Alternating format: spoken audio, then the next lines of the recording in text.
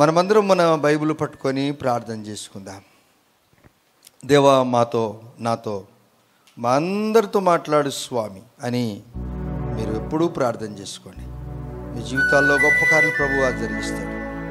మా నాయనానికి స్తోత్రాలు, మా ప్రభువానికి స్తోత్రాలు. నీ ప్రియబిడ్డలు ఏదైతే సాక్ష్యాలు చెప్పారు, దేంట్లయితే వారు ఆదరింపబడాలని ఆశపడ్డారో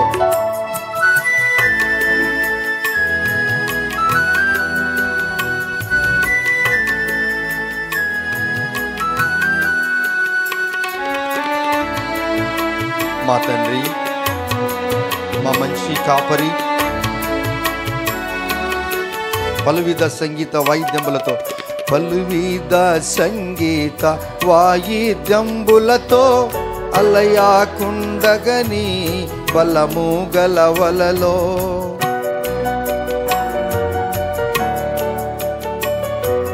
పలువిధ సంగీత వాయిద్యంబులతో అలయాకుండగని బలము గలవలలో సిలువనే చూతును ఎల్లా వేళలలో, సిలువనే చూతును ఎల్లా వేళలలో, ఎల్లప్పుడు జీవింతును ప్రభువు సన్నిధిలో, ఎల్లప్పుడు జీవింతును ప్రభువు సన్నిధిలో. కలువారి సిలువ నాకే విలువ, కలుషంబు బాపే కరములు చాచి, కలువారి సిలువ. మా ప్రియ పరలోకపు తండ్రి, మీ శ్రేష్టమైన నామానికి స్తోత్రాలు. ఇన్ని పర్యాయములు మేము మీ సన్నిధానికి వచ్చినను రుణస్థులము బాకీ పరులమై ఉన్నాం. మేమంటే ఎందుకయ్యా మీకు అంత ప్రేమ? మాలో ఏ మంచితనం ఉన్నది తండ్రి, అయినను మీరు మమ్మల్ని ప్రేమించారు. మీ అపారమైన ప్రేమకు మేమేమి చెల్లించుదుము? వాక్య ధ్యానములో మీరు మాకు సహాయం చేసి మా జీవితాల ద్వారా మీరు మహిమ పొందుదరని నమ్ముచు యేసయ్య నామములో ప్రార్థిస్తున్నాం తండ్రి, ఆమెన్. యేసుక్రీస్తు నామములో మీ అందరికీ వందనములు. పరిశుద్ధ గ్రంథముల నుండి యోహాను సువార్త 10వ అధ్యాయము, యోహాను సువార్త 10వ అధ్యాయము 3-4 వచనాలు చదువుకుందాం. మీరు వెళ్ళుడి, ఇదిగో తోడేళ్ల మధ్యకు గొర్రె పిల్లలను పంపినట్టు నేను మిమ్మల్ని పంపుచున్నాను. 3-4 వచనాలు. అతనికి ద్వారపాలకుడు తలుపు తీయును, గొర్రెలు అతని స్వరము వినును. అతడు తన సొంత గొర్రెలను పేరు పెట్టి పిలిచి వాటిని వెలుపలికి నడిపించును. 4వ వచనం. మరియు అతడు తన సొంత గొర్రెలన్నింటినీ వెలుపలికి నడిపించున్నప్పుడెల్లా వాటికి ముందుగా నడుచును. గొర్రెలు అతని స్వరము ఎరుగును గనుక అవి అతనిని వెంబడించును. దేవుని బిడ్డలారా, దేవుడు తన సొంత గొర్రెల గురించి మాట్లాడుచున్నాడు. సొంత గొర్రెల గురించి మాట్లాడుచున్నాడు. సొంత గొర్రెలందరికీ పేర్లు పెట్టాడట. ఈ సొంత గొర్రెలందరికీ పేర్లు పెట్టాడు కనుక పిలిచినప్పుడల్లా ఏ గొర్రెను పిలిస్తే ఆ గొర్రె వస్తుంది. ఇప్పుడు మనందరికీ ఏదో పేర్లు, కొందరికి మాబోటి వారికి మా అమ్మ నాన్నలు పేరు పెట్టారు. ఇప్పుడున్న జనరేషన్కు కొందరు పాస్టర్లు పేరు పెట్టారు. లేక అన్యజాతి జనాంగానికి వారి గురువులు, వారి పెద్దలు, వారి ఇమాములు పేరు పెట్టారు. ఆ దినాలలో అన్నింటికి పేరు పెట్టిన వారు ఎవరు అనగా ఆదాం అందరికీ పేరు పెట్టాడు. అన్నింటికి, ఇక్కడ సృష్టికి అంతటికి పేరు పెట్టాడు ఆయన. తన భార్యకు హవ్వాని పిలిచాడు, నారీ అని పిలిచాడు. దేవుడైన యెహోవా మానవులందరినీ సృజించి వారికి నరులు అని పేరు పెట్టాడు. ఆదికాండం 5వ అధ్యాయం 2వ వచనంలో వారికి నరులు అని పేరు పెట్టారు.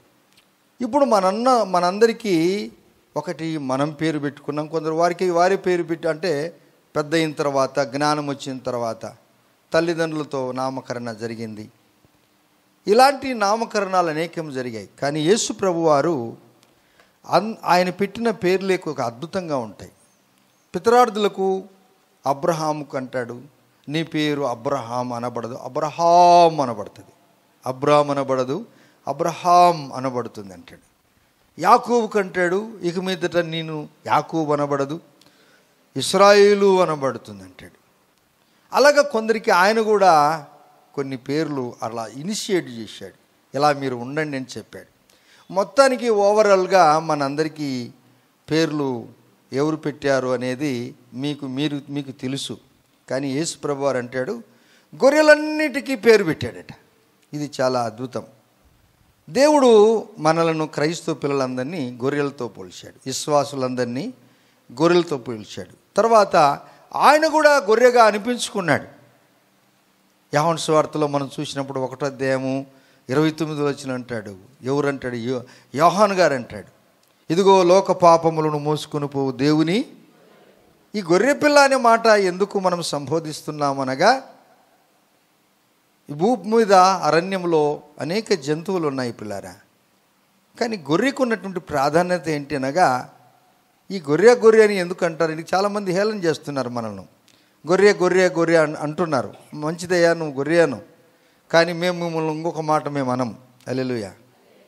ఇంకొక మాట అన్నామంటే అర్థమైపోయింది, అది మేము మిమ్మల్ని అనకూడదు. దేవునికి స్తోత్రాలు, మా యేసయ్య మంచి గొర్రెల కాపరి. గొర్రె ఎవరినే కానీ పొడిచినట్టు, ఎవరినే కానీ వెనక తన్నినట్టు, ఎవరినే కానీ హ్యాండ్ తుమ్మినట్లు, అంటే తుమ్మినట్టు కాదు, గొర్రె ఎవరిని పొడవలేదు, తన్నలేదు, కొరకలేదు. అటువంటి సాధువైన జంతువు అని క్రైస్తవులకు దేవుడు విశ్వాసుల గొర్రెలు అని పేరు పెట్టాడు. ఈ గొర్రెలను కనుక ఎక్కువ హింసిస్తే ఒక దినమున ఈ సింహాలు కూడా అయ్యే అవకాశాలు ఉండొచ్చునేమో, చెప్పలేము కదా. ఈ గొర్రెలను మీరు వినియోగించుకుంటే మేలు. ఈ గొర్రె స్వభావం ఏంటనగా, దేవునికి విరుద్ధంగా ఎవరైనా విశ్వాసులను సతాయిస్తుంటే, హింసిస్తుంటే వాళ్ళు మోకరించి ప్రార్థన చేసి దేవుని ప్రేమ కనపరుస్తారు. యేసయ్య చెప్పాడు, నిన్ను వాళ్ళని పొరుగువాని ప్రేమించమన్నాడు, శత్రువులను కూడా ప్రేమించమన్నాడు. కనుక తప్పకుండా వారు ఒకవేళ తంతున్న కానీ ప్రభువా వీరిని దీవించండి, వీరు ఏమి చేస్తున్నారు వీరికి తెలియదు అని కూడా చెప్పాడు. సరే, గొర్రెల గురించి పేర్లు పెట్టాడు. నా గొర్రెలు అంటాడు యేసయ్య. మరి ఈ గొర్రెలందరికీ, విశ్వాసులకు అందరికీ పేర్లు పెట్టాలంటే ఇది మామూలు మాట కాదు. ఎవరికైతే పేర్లు పెడతారో ఆ గొర్రెలన్నీ కూడా ఒక్కొక్క గొర్రెని పేరు పిలిస్తే, నేను వస్తాను సార్ నీ అంట, నన్ను వెంబడించును అంటాడు.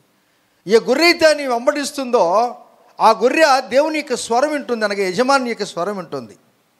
గొర్రెల యజమానుడు ఎప్పుడు ముందు ఉంటాడు. ఆ ముందు వెళుతున్నప్పుడు ఈ గొర్రెలు బేఫిగర్, చింత లేకుండా మా యజమానుడు ముందు పోతున్నాడు, ఆయన చూసుకుంటూ మేము పోతామని పోతూ ఉంటాయి. కానీ దున్నపోతులు, బర్రెలు, ఎద్దులు అలా కాదు.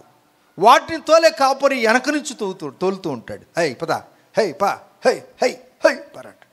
కానీ గొర్రెల విషయం అలాంటిది కాదు.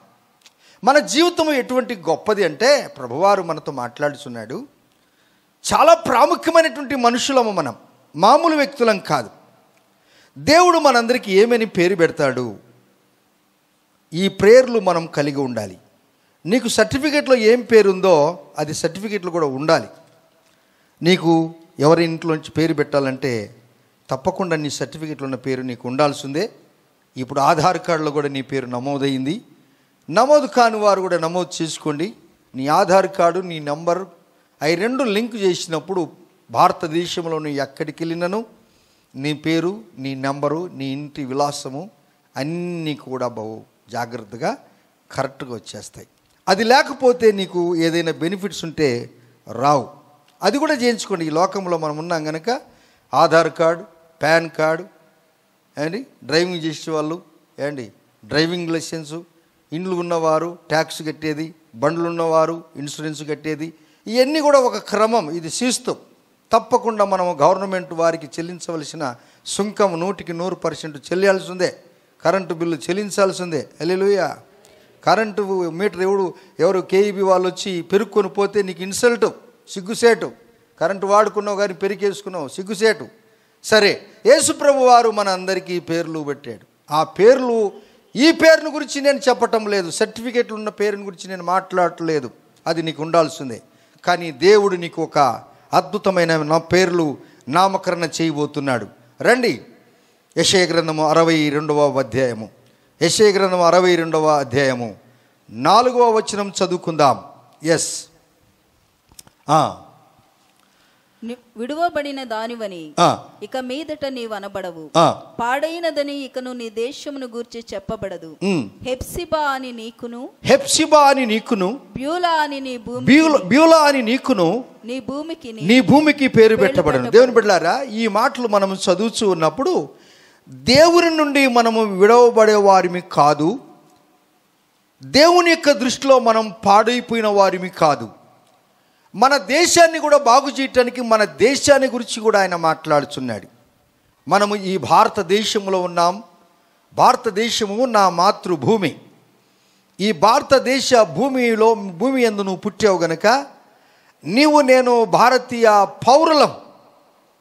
భారతదేశంలో ఏదైతే హక్కు ఉందో అది ప్రతి పౌరునికి హక్కు ఉంది. ఇది నీ దేశాన్ని గురించి, మన దేశాన్ని గురించి ప్రభువారు అంటున్నాడు, దేశంలో ఒక వ్యక్తి హెప్సిబా లాగా ఉండాలంట. హెప్సిబా అంటే కింద భాషలో చూడండి, ఇష్టురాలుగా. దేవునికి పిల్లలంటి మనము ఇష్టంగా ఉండాలట. పిల్లరా, ఈ దేశానికి మనము ఇష్టలము, దేవునికి ఇష్టలము గనుక ఇష్టమైన కార్యమే మనం చేస్తూ ఉండాలి. దేవునికి అయిష్టమైన కార్యం చేస్తే వారు దేశద్రోహులు అని కూడా అనిపిస్తుంది. దేశద్రోహులని మనం అనిపించుకోకుండా దేశాన్ని బాగు చేసే పిల్లలుగా మనం ఉండాలి. మనకు దేవుడు హెప్సిబా అని పేరు పెడుతున్నాడు. మనము విడవబడని వారిమి, మనము శాపానికి గురి కాని వారిమి, మనము ఆశీర్వాదాలకు పాత్రులము, మనము దేవుని యొక్క దీవెనలకు పాత్రులము, మనము ఈ భూమి మీద ఆశీర్వాదింపబడిన వారిమి. మన పిల్లలు కూడా ఈ భావి భారత ప్రజల క్షేమం కొరకు మన సంతానం కూడా ప్రయాసపడాలి. వారి క్షేమం కొరకు ప్రార్థన చేయాలి. రాజుల కొరకు ప్రార్థన చేయాలి, అధికారుల కొరకు ప్రార్థన చేయాలని పరిశుద్ధ గ్రంథములో శాసనం ఇచ్చాడు యేసు ప్రభువారు.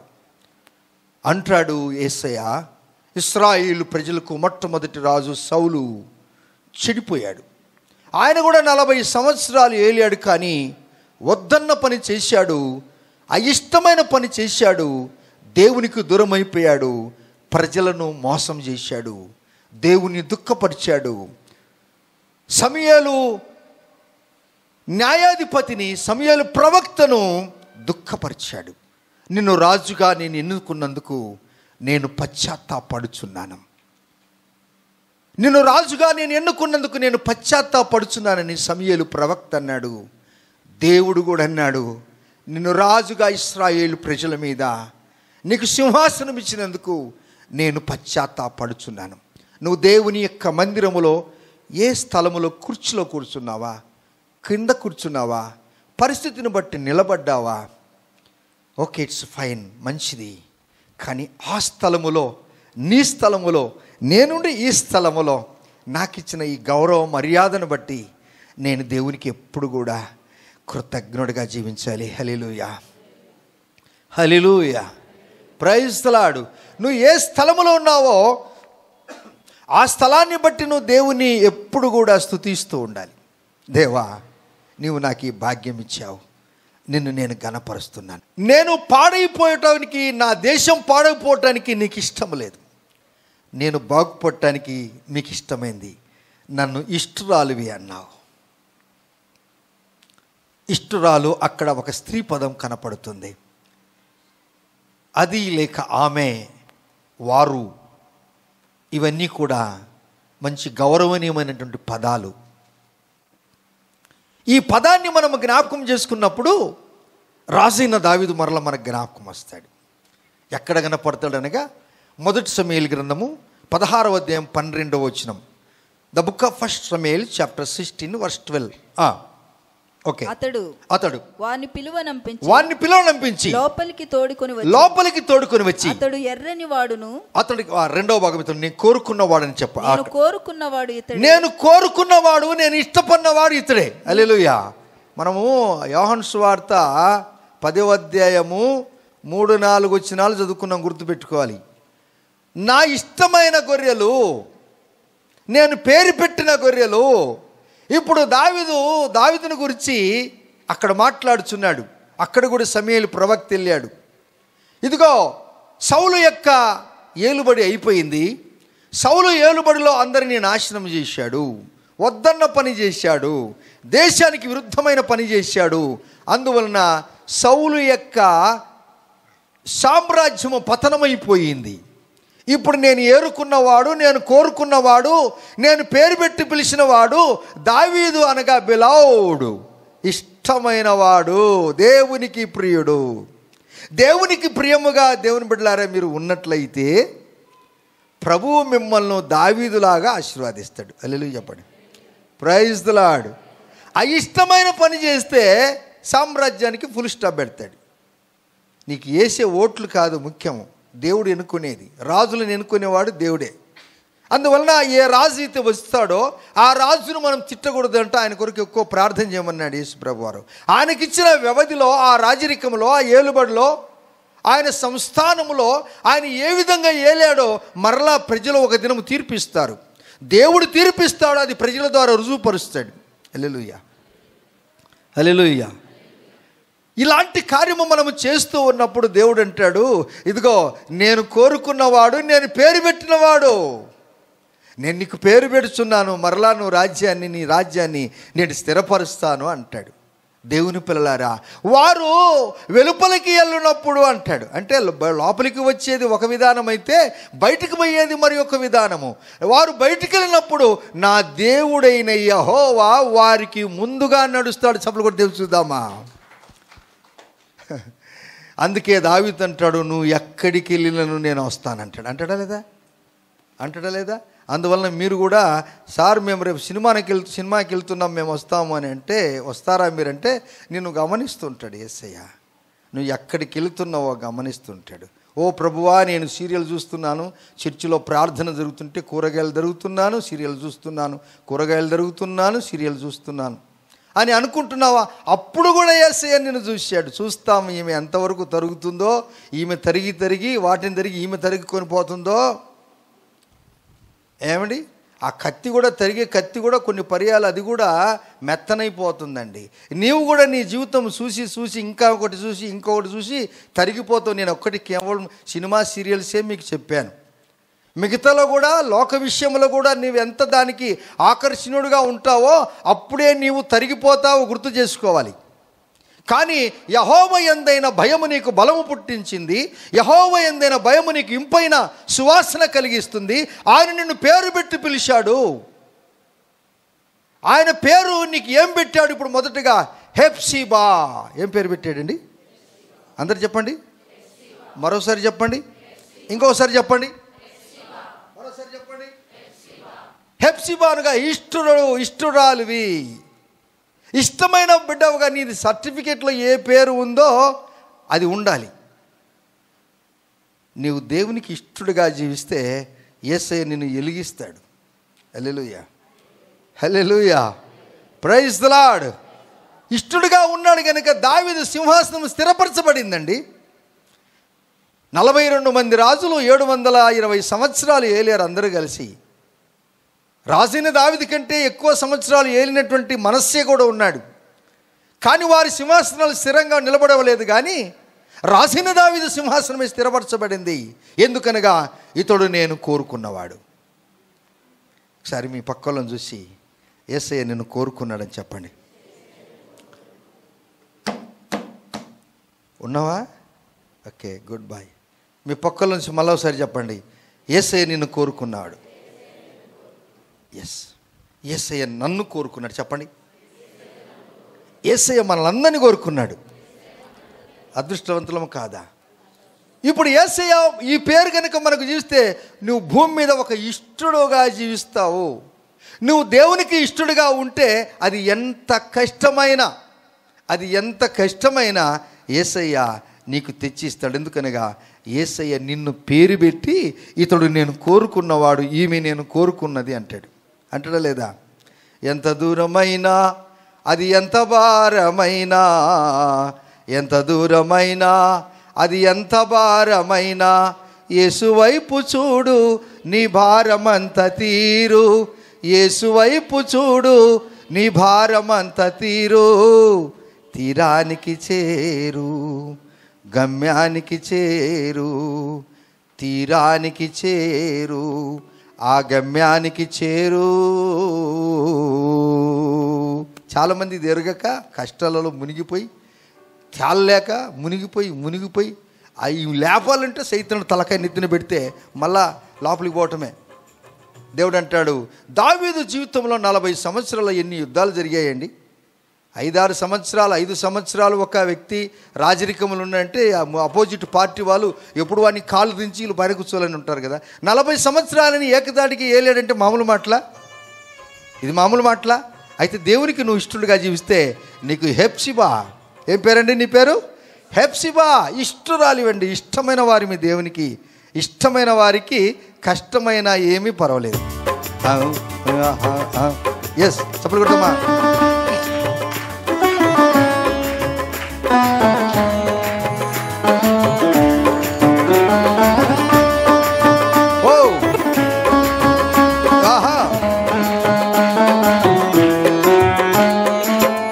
దూరమైన అది ఎంత భారమైనా, ఎంత దూరమైన అది ఎంత భారమైనా, యేసు వైపు చూడు నీ భారమంత చూడు, యేసు వైపు చూడు నీ భారమంత తీరు.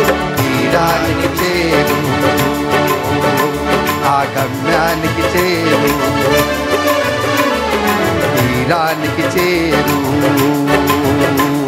ఆ గమ్యానికి చేరు. ఎంత దూరమైనా. చప్పుడు కూడా చూస్తామా? ఎస్,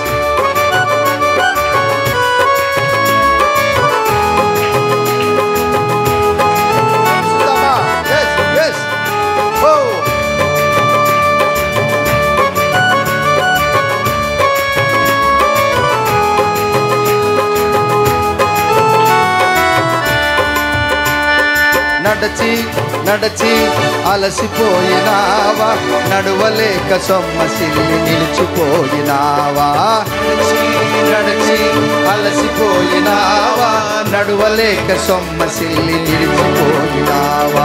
నిషీదిలో కలువరి గిరిదను కాసిలువ మోసిన, కలువరి గిరిదను కాసిలువ మోసిన, నజరేయుడేసు నీ ముందు నడువగా, నజరేయుడేసు నీ ముందు నడువగా, యేసు వైపు చూడు నీ భారమంత తీరు, యేసు వైపు చూడు నీ భారమంత తీరు. తీరానికి చేరు, గమ్యానికి చేరు, ఓహో తీరానికి చేరు, గమ్యానికి చేరు. ఎంత దూరమైనా అది ఎంత భారమైనా, ఎంత దూరమైనా అది ఎంత భారమైనా, యేసు వైపు చూడు నీ భారమంత తీరు, యేసు వైపు చూడు నీ భారమంత తీరు. తీరానికి చేరు, ఆ గమ్యానికి చేరు, తీరానికి చేరు, ఆ గమ్యానికి చేరు. ఎంత దూరమైనా. నీ వయసు బ్రదర్ సిస్టర్ ఎంత? ఇంకా పోదాం, ఇంకా ముందుకు వెళ్దాం. ఇసుకోవద్దు, అలసిపోవద్దు, గొనగొద్దు, తిట్టొద్దు. పద, ఎంత దూరమైనా నా గొర్రెలు నా స్వరమిని నన్ను వెంబడిస్తాయంట. నిజముగా మనము ఆయన స్వరం వినంటే ఎంత దూరమైనా ముందుకు వెళ్తాం. ఆయన స్వరం వినకపోతే మధ్యనే టాటా వస్తాను అని వెళ్ళిపోతాం. దేవుడు నీకు హెప్సిబా అని పేరు పెడుతున్నాడు. రెండవ మాట అంటాడు చూడండి, నీకును బ్యూలా అని ఈ భూమికి పేర్లు పెడుతున్నాడు. అబ్బా, ఈ భూమికి పవిత్రులు, పవిత్రత, పతివ్రత. పతివ్రత ఎప్పుడంటే పవిత్రతగా ఉన్నదే పతివ్రత. హల్లెలూయా. పరిశుద్ధుడిగా ఉన్నవాడే పవిత్రుడు, పతివ్రత. ఇతరులను వల్లని వారు, ఇతరుది ఆశించని వారు, కలిగిన దానిలో తృప్తి పొందినవారు. వావ్, భూమి పవిత్రంగా ఉండాలంట. ఈ గర్భాన్ని ఒక భూమిగా భావిస్తారు. హల్లెలూయా, హల్లెలూయా. అమ్మ, నీ గర్భము పవిత్రమైంది తల్లి. నీ గర్భములో పిల్లలు పవిత్రులండి. నీ గర్భ ఫలము గొప్పదండి. భూమిని సాదృశ్యంగా తీసుకొని ఈ గర్భాన్ని పెళ్లి కాక మునుపు పెళ్లి కూతురు తరలించుకొని ఊరి బయట ఉన్నప్పుడు ఇక్కడ నుంచి పెళ్లి కొడుకు వాళ్ళందరూ వెళ్తారు. పెళ్లి కొడుకు రాడు, పెళ్లి కుమారుడు రాడు, ఇంట్లోనే ఉంటాడు. ఇక భజంత్రీలు ఉద్యమంగా తాళ మేళాలతో ఆ ఊరు బయట పెళ్లి కూతురు ఉన్నప్పుడు, ఇప్పుడు కాదండి, ఇప్పుడు అయిపోయింది, ఆ కథలు లేవు, ఇప్పుడు అవి లేవండి. నేరుగా వెళ్ళి ఆ హాల్లోకి వెళ్ళి అక్షింతలు వేసుకొని వస్తారు. ఆ పెళ్లి కూతురు అండి ఆ ఊరిని తరలించుకొని వస్తుంటే, ఆ తరలించుకు మునుపు ఆ తల్లికి ఈ యొక్క ఒడిలో కావలసిన పండ్లు అన్నీ పెడతారు. ఆమె కడుపు అప్పుడే అంటే ఫలభరితంగా ఉన్నట్టుగా తీసుకొని వస్తారు. అమ్మా, నువ్వు ఇలా ఉండాలమ్మా అని. ఈ భూమిని దేవుడు ఈ గర్భంతో పోల్చాడు. నీ గర్భము ధన్యము బ్రదర్, నీ గర్భము ధన్యము సిస్టర్, నీ ధన్యము, నువ్వు ధన్యురాలివి, నువ్వు పవిత్రాలివి అని చెప్తున్నాడు. బబులోను పట్టణంలో ఎవరున్నారు? దానియేలు ఉన్నాడు. ఎవరున్నారండి? మామూలు వ్యక్తి అండి దానియేలు. పవిత్రుడిగా జీవించాడండి ఆయన, పతివ్రతగా జీవించాడండి. ఈ మాట స్త్రీకి వర్తిస్తుంది, కానీ పురుషుడైనను స్త్రీ అయినను సంఘమును ఒక స్త్రీతో పోల్చాడు యేసయ్య. దానియేలు గ్రంథము, the book of Daniel chapter 9 verse 23. Yes, chapter. నీవు బహుప్రియుడవు గనుక. చాలు, ఒక్క మాట చాలు. ఇక్కడ నీవు బహుప్రియుడవు. చూడండి, అక్కడున్న రాజులు, కొన్ని సందర్భంలో గబ్రియేలు దూత, మరొక సమయంలో మిఖాయేలు దూత, దానియేలు నీవు బహుప్రియుడు. ఎవరంటే దానియేలు? అక్కడే మీరు ఆ 10వ అధ్యాయం 11 వచనం చదవండి. చదవండి. దానియేలు నీవు బహుప్రియుడవు గనుక. చూడండి, దానియేలు ఎట్లున్నాడండి? ఇప్పుడు హెప్సిబా అంటే ఏమనుకున్నాము? బ్యూలా అంటే ఏమి? పవిత్రత. ఎలా ఉండాలి అనగా దానియేలు గురించి మరలా మాట్లాడుతున్నాడు. చూడండి, అక్కడే 19వ వచనం చదవండి. 10వ అధ్యాయం 19వ వచనం. నీవు బహుప్రియుడవు అంటే ఇక్కడ దేవుని యొక్క గ్రేట్లీ బిలౌడ్ అంట. ఆంగ్రేజ్లో చాలా పరిశుద్ధంగా బబులోను పట్టణములో పవిత్రుడుగా పతివ్రతగా మంచిగా జీవించిన వారు ఎవరనగా దానియేలు. స్త్రీలో పురుషులైన స్త్రీలైనను దేవుడు స్త్రీలింగం వాడతాడు, అందరికీ వర్తిస్తుంది అది. దేవుని బిళ్ళారా, మనం పరిశుద్ధులుగా జీవించినప్పుడు ఒకవేళ నపుంసకులు ఎక్కడైనా ఉన్నట్లయితే వారిని కూడా దేవుడు సృష్టించాడు. దేవుడు వారిని దీవిస్తాడు. ఈ నపుంసకుల సబ్జెక్ట్ వేరుందండి. దేవుడు సృష్టించిన వారు ఉన్నారు, నపుంసకులుగా తీర్చబడ్డారు. వారు కొందరు అవయాలు మార్పిడి చేసుకున్నారు. మరికొందరు దేవుని కొరకు నపుంసకులైన వారు కూడా ఉన్నారు. పురుషులైన స్త్రీలైన అన్ని త్యాగం చేసి పరిశుద్ధంగా నేను జీవిస్తానన్న వారు కూడా ఉన్నారు. అది మన సబ్జెక్ట్ కాదు, నేను మీకు కొంచెం అవుట్లైన్ ఇస్తున్నాను అంతే. దేవుని బిళ్ళారా, దేవుడు మనకు మన సర్టిఫికేట్లో ఉన్నటువంటి పేరు కాదు, అది మంచిదే ఈ లోకానికి. కానీ పరలోక రాజ్య భాష నిన్ను దేవుడు హెప్సిబా అని, దేవుడు నిన్ను బ్యూలా అని పేరు పెడుతున్నాడు. నువ్వు ఇష్టపడినట్లయితే యేసయ్య ఈ భూమి మీద నిన్ను ఇలాగనే వాడుకుంటాడు. దానియేలులాగా వాడుకుంటాడు, దావీదులాగా వాడుకుంటాడు. తనకిష్టమైన బిడ్డలకు ఎంత కష్టమైన ఏదైనా కానీ తెచ్చి ఇస్తాడు. నీ కష్టం ఉందని నీకొక్కనికి కాదు తెలుసు, దేవునికి నీకంటే ముందు తెలుసు. హల్లెలూయా. నీ కష్టము నీకు కాదు తెలుసు, నీకంటే ముందే దేవునికి తెలుసు.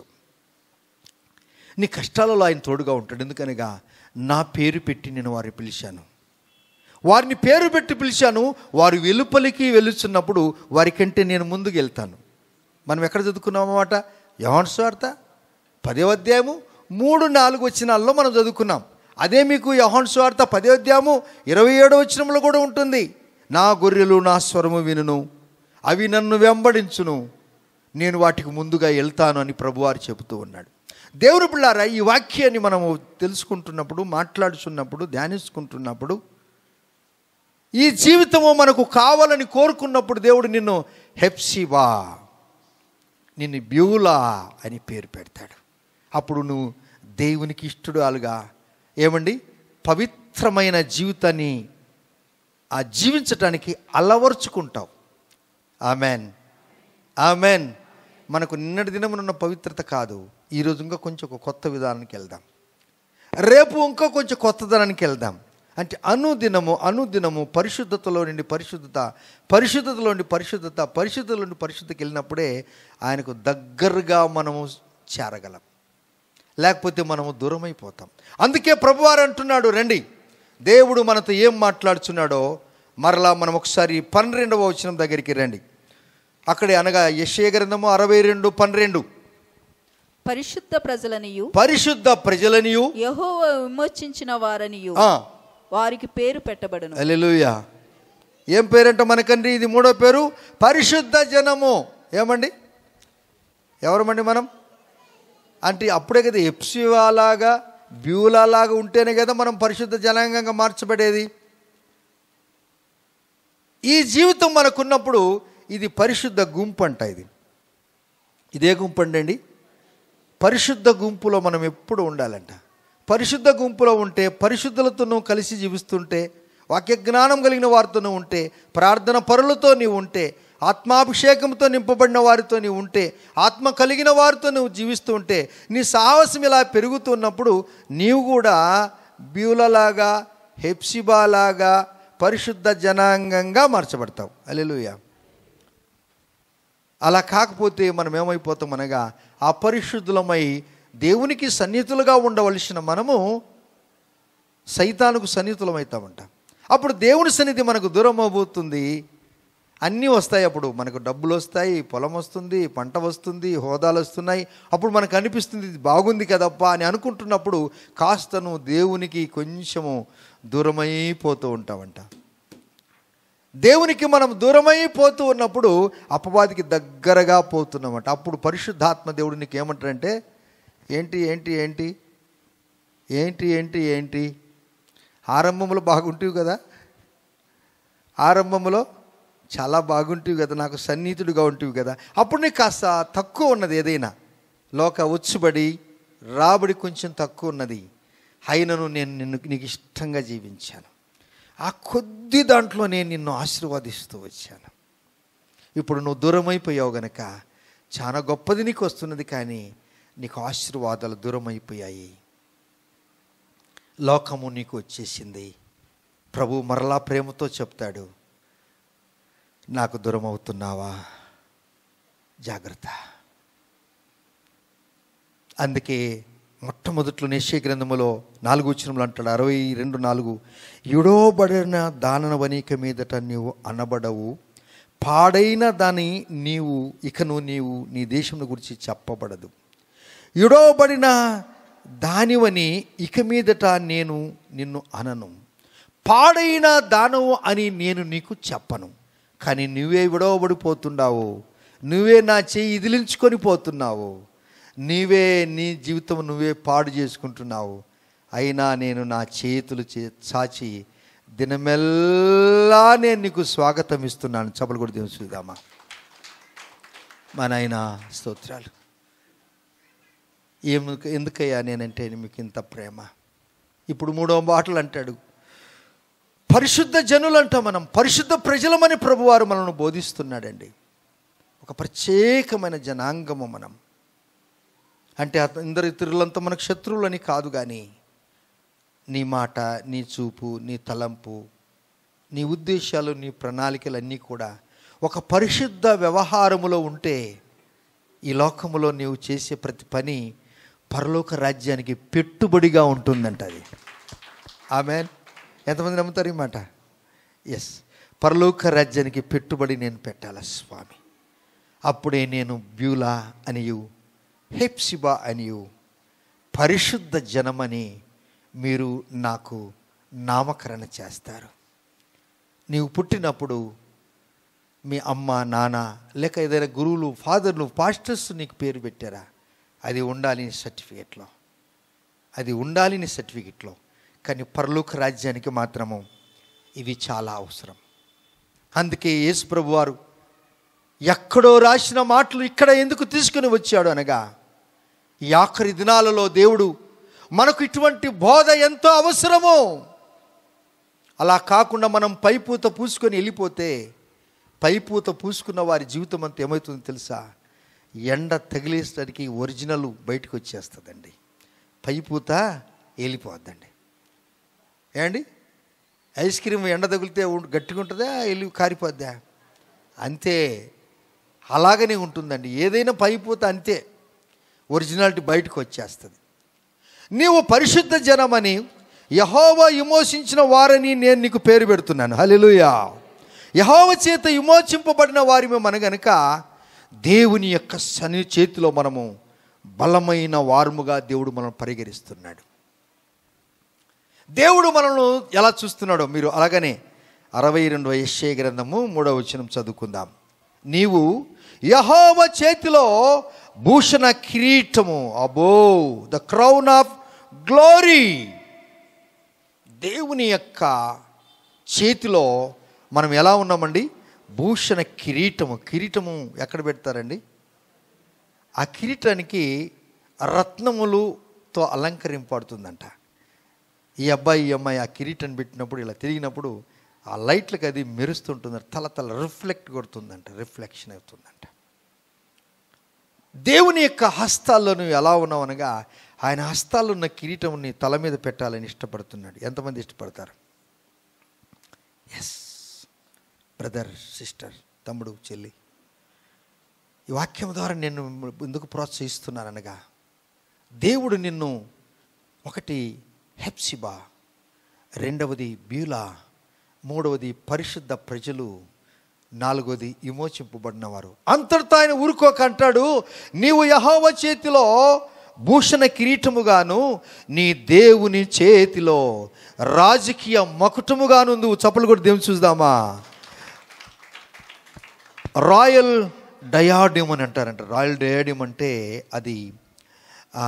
అది గ్రీక్ పదం అండి. డయాడియం అనేది గ్రీక్ పదం. ఇది symbolised royal authority, supreme power అంట దీన్ని వజ్రం అంటారు, మకుటం అంటారు. రాజదర్పణము దైవిక శ్రేష్టం అంట. దైవికమైన శ్రేష్టత, ఆ రాయల్ పవర్ అండ్ అథారిటీ దేవుడిస్తాడట. ఇవన్నీ ఎవరి చేతిలో ఉన్నాయి చెప్పాలి. మీరు వాక్యం ఏంటి చెప్తారు? ఎవరి చేతిలో ఉన్నాయి ఆయన? అంటే దేవుడు మనల్ని అలా చేయటానికి ఇష్టపడుతున్నాడు. ఆయన ప్రణాళిక ఎంత గొప్పది కదా. ప్రభువా, నాకు అంత స్తోమత లేదే, ఆ స్థితికి నన్ను, నా కుటుంబాన్ని మీరు తెస్తారా? అసలు నేను అనుకోలేదు ప్రభా, ఈ మాటలు నా కొరకు మీరు రాసి పెట్టారు. నేను ధన్యుడును, అదృష్టవంతుడును, నన్ను బ్యూలా అనియు, నన్ను హెప్సిబా అనియు, నన్ను పరిశుద్ధ జనాంగమనియు, నన్ను విమోచింపబడినవారమనియు, నీ యొక్క హస్తములో నేను భూషణ కిరీటముగాను, నీ హస్తములో నేను రాజకీయ మకుటముగాను ఉంటానని నా జీవితంలో ఎప్పుడు కూడా నాకు ప్రవచనమే దొరకలేదు. ఈ దినము మీరు నాకు జ్ఞాపకం చేశారు. నీ మాటలను బట్టి నేను నిన్ను స్తుతిస్తున్నాను స్వామి. రాజదర్పణము, దైవిక శ్రేష్టత, ఇది వజ్రం, ఇది మకుటము దేవునికి హస్తములో నీకు ఇచ్చాడు. దేవుని మందిరం అంటే మనం ఎలా రావాలి అనగా, నిన్నటి దినమని సిద్ధపడాలి. హల్లెలూయా చెప్పండి. అర్థమైన వాళ్ళు చెప్పండి. ఏం చెప్పాను నేను? ఏమర్థమైంది మీకు? ఏం చెప్పాను? మీరు ఊరికే తలలుపుతున్నారంతే. నిన్నటి దినమునే మనం సిద్ధపడాలి. ప్రభా, రేపు వచ్చే వారములో నాకు ఇంకా ఏమైనా నా కొరకు మీరు రాశారు, అది నాకు తెలుపు.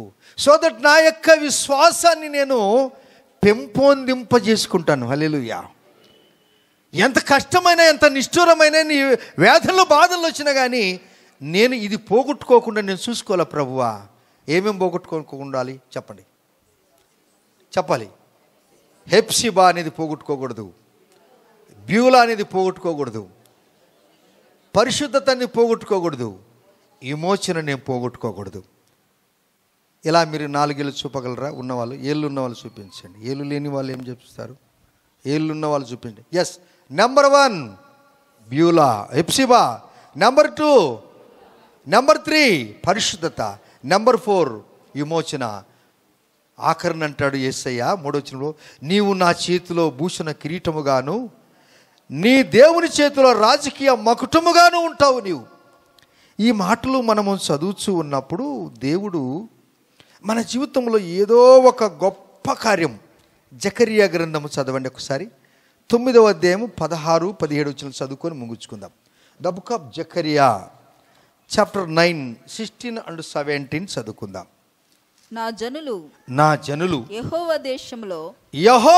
దేశములో కిరీటమందలి రత్నముల వలెనున్నారు. చప్పలు కొడదామా?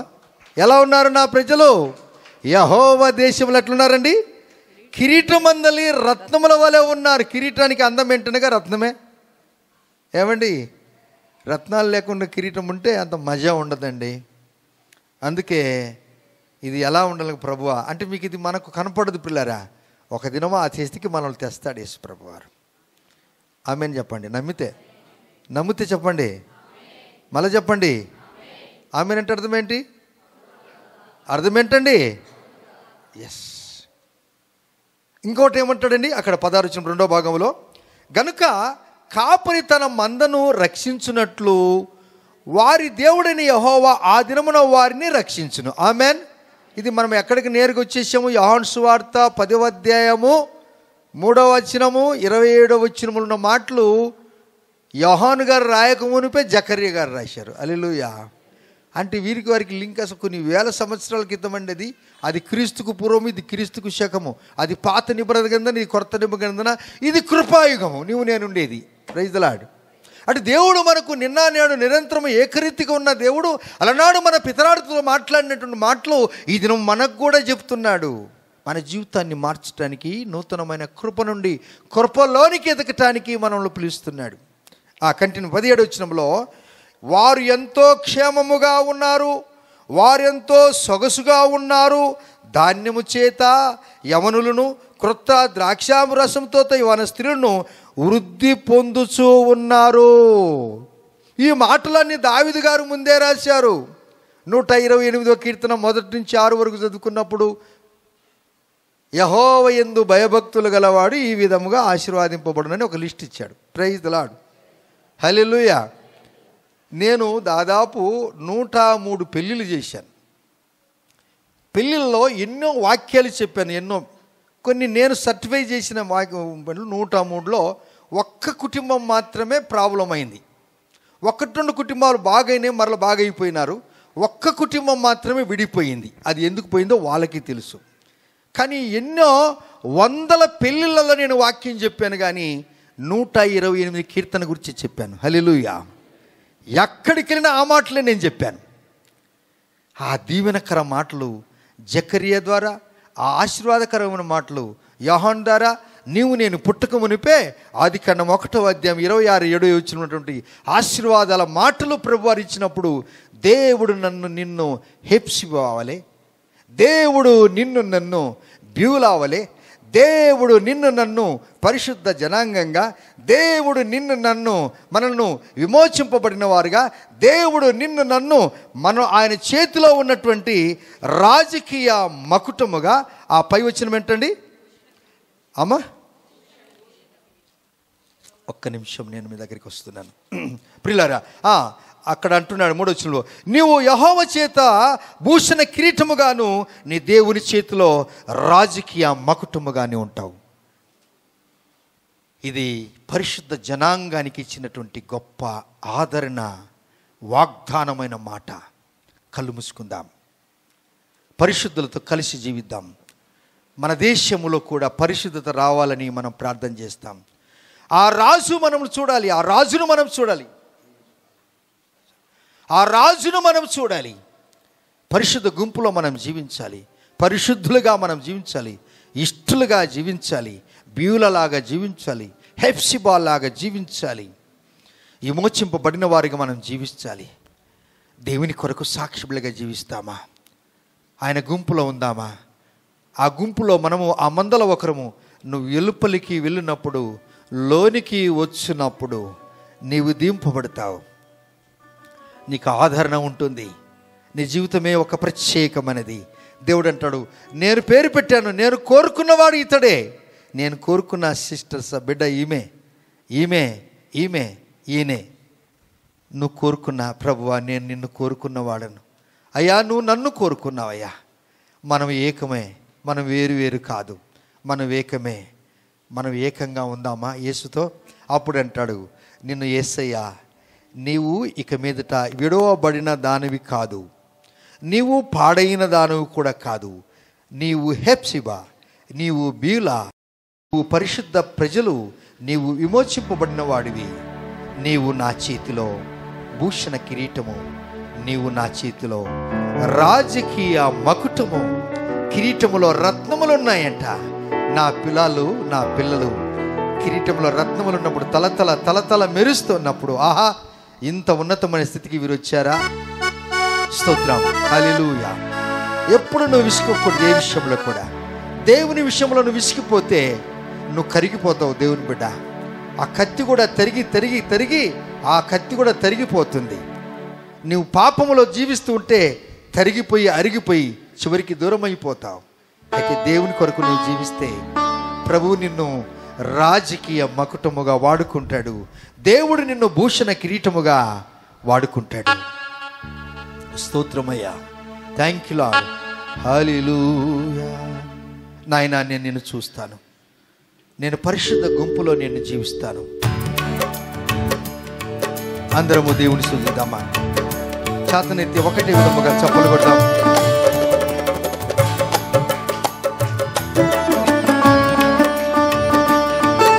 దేవుడు రాబోతున్నాడు.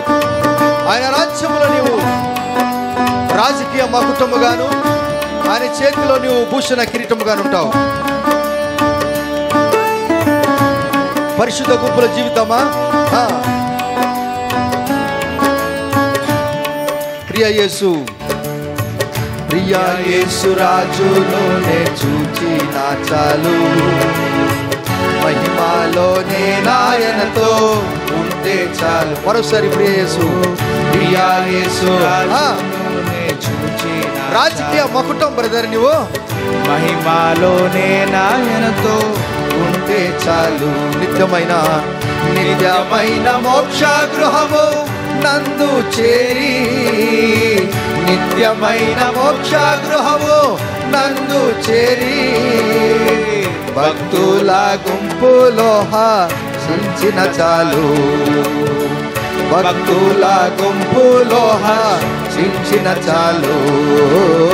ప్రియా యేసు చూచిన చాలు, మహిమలోనే నాయనతో ఉంటే చాలు. చప్పట్లు కొడదామా?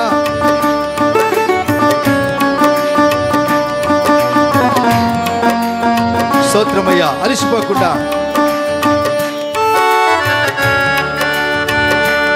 దేవుని రాకడ కొరకు ఎత్తబడే గుంపులో మనం జీవిస్తూ, రాజకీయ మకుటము ఆయన చేతిలో మనం ఎలా ఉన్నామనగా భూషణ కిరీటము.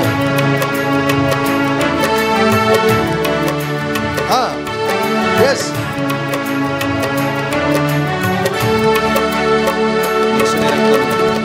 ఆహాయాబురా ఎప్పుడు ధ్వనించునో, ఆహా నా ఆశ ఎప్పుడో తీరుతుందో.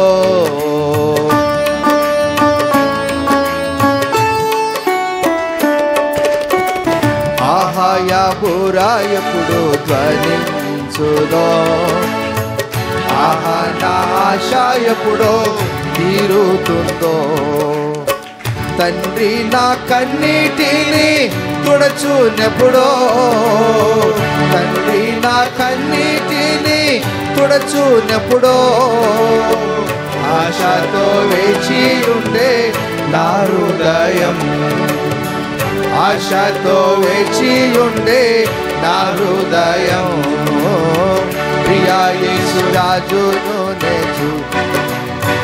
అందరూ కలమెత్తి మహిమలోనే నాయనతో ఉంటే చాలు. ప్రియ యేసు ప్రియా యేసు రాజును నే చూచిన చాలు, మహిమలోనే నాయనతో ఉంటే చాలు. దేవుడు మన కొరకు, మనకు జీవమిచ్చుటకు, ఆయన మనకు భూషణ కిరీటం ఇచ్చుటకు, మనకు రాజకీయ మకుటం పెట్టుకు ఆయన ముళ్ళ కిరీటము ధరించుకున్నాడు. మనకు స్వర్ణ కిరీటం పెట్టుకు ఆయన కొరడా దెబ్బలు తిన్నాడు. ముండ్ల మకుటంపైన తలను చూచి స్వర్ణ కిరీటం పెట్టి ఆనందింతో, మకుటంపైన తలను చూచి స్వర్ణ కిరీటం పెట్టి ఆనందింతో, కొరడాతో కొట్టబడిన వీపును చూచి, కొరడాతో కొట్టబడిన వీపును చూచి, ప్రతి ఒక్క గాయమును, ప్రతి ఒక్క గాయమును ముద్దాడేదను, ప్రతి ఒక్క గాయమును ముద్దాడేదను. ప్రియా యేసు రాజును నే చాలు, చప్పట్లు కొడదా మనిషిపోకుండా, మహిమలోనే నాయనతో ఉంటే చాలు. నిత్యమైన మోక్ష గృహము నందు చేరి, నిత్యమైన మోక్ష గృహము నందు చేరి, భక్తుల గుంపులో చించిన చాలు, భక్తుల గుంపులో చించిన చాలు. ప్రియా యేసు రాజును నే చూచిన చాలు, మహిమలోనే నాయనతో ఉంటే చాలు. నా దేవుని చేతిలో భూషణ కిరీటముగాను, నా దేవుని చేతిలో రాజకీయ మకుటంగాను. అప్పుడు మనం ఎప్పుడు ఉండగలంగా తెలుసా? నీవు ఈ భూమి మీద, ఈ భారతదేశంలో హెప్సిబా లాగా, అనగా దేవునికి ఇష్టంగా జీవించినప్పుడు, ఈ భూమి మీద నీవు బ్యూలాగా, అనగా పవిత్రతలో నీవు భద్రంగా ఉన్నప్పుడు, పరిశుద్ధ జనాంగంగా నువ్వు మార్చబడినప్పుడు, విమోచించిన వారికి ఎలా ఉంటారో వారికి అన్ని పేర్లు యేసయ్య పెడతాడు. ఆ కిరీటం మీద రత్నాలు ఉన్నాయంటండి. భాగ్యం కదా, భాగ్యం కదా. ఇటువంటి ప్రవచనాత్మకమైన మాటలు ప్రభువారు నీవు నేను మనము పుట్టక మునిపే యేసయ్య రాశాడు కదా. మనం కృతజ్ఞులము కదా. ఆయన సన్నిధిని విడిచొద్దు, విడవద్దు. ఎస్, చేతులు పైకిద్దామా? నా ఆశ ఎప్పుడో తీరుతుందో,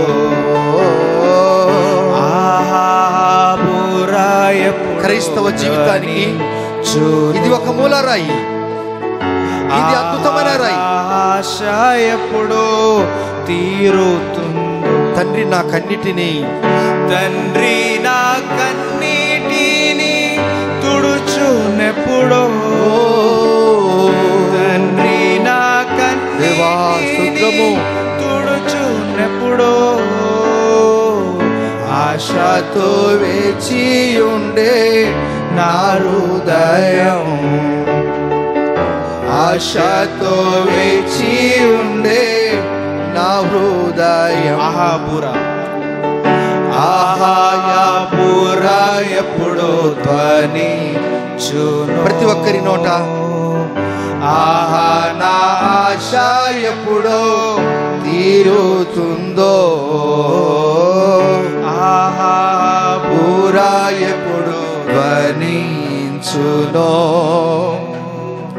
ఆహా నా ఆశ ఎప్పుడో తీరుతుందో. తండ్రి నా కన్నిటిని, తండ్రి నా కన్నీటిని తుడుచునెప్పుడో,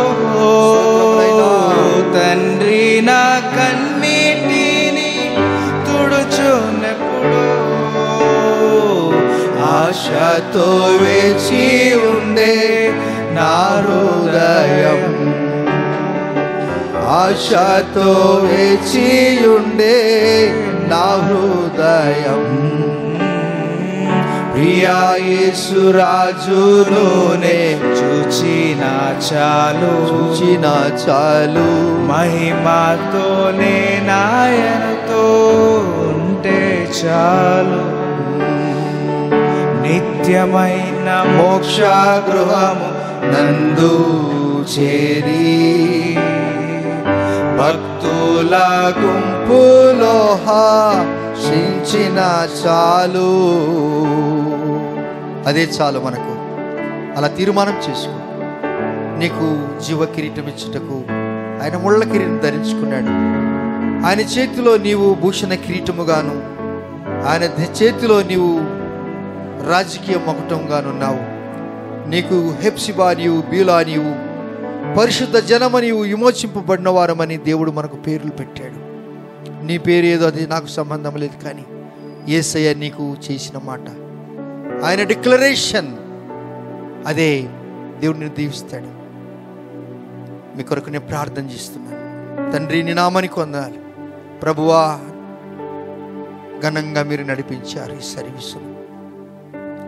మా రెండు చేతులు జోడించి మా దోషులు వగ్గి నేను స్తుతిస్తున్నా. నీ ప్రియబిడ్డలకున్న మీ తలంపులు చాలా గొప్పవి. నా గొర్రెలకు నేను ముందు నడుస్తూ వెళ్తాను. నా గొర్రెలను నేను ఎక్కడ పరుండ చేస్తాను అక్కడే పరుండ చేస్తాను. శత్రువుల నుండి నేను తప్పిస్తాను. అవి నా స్వరం వింటాయి, అవి నన్ను వెంబడిస్తాయి. వారి ఇలుపలికి వెళ్ళినను నేను వస్తాను, లోనికి వచ్చినను నేను ఉంటాను. నా చేతిలో రాజకీయ మకుటము, నా చేతిలో వారు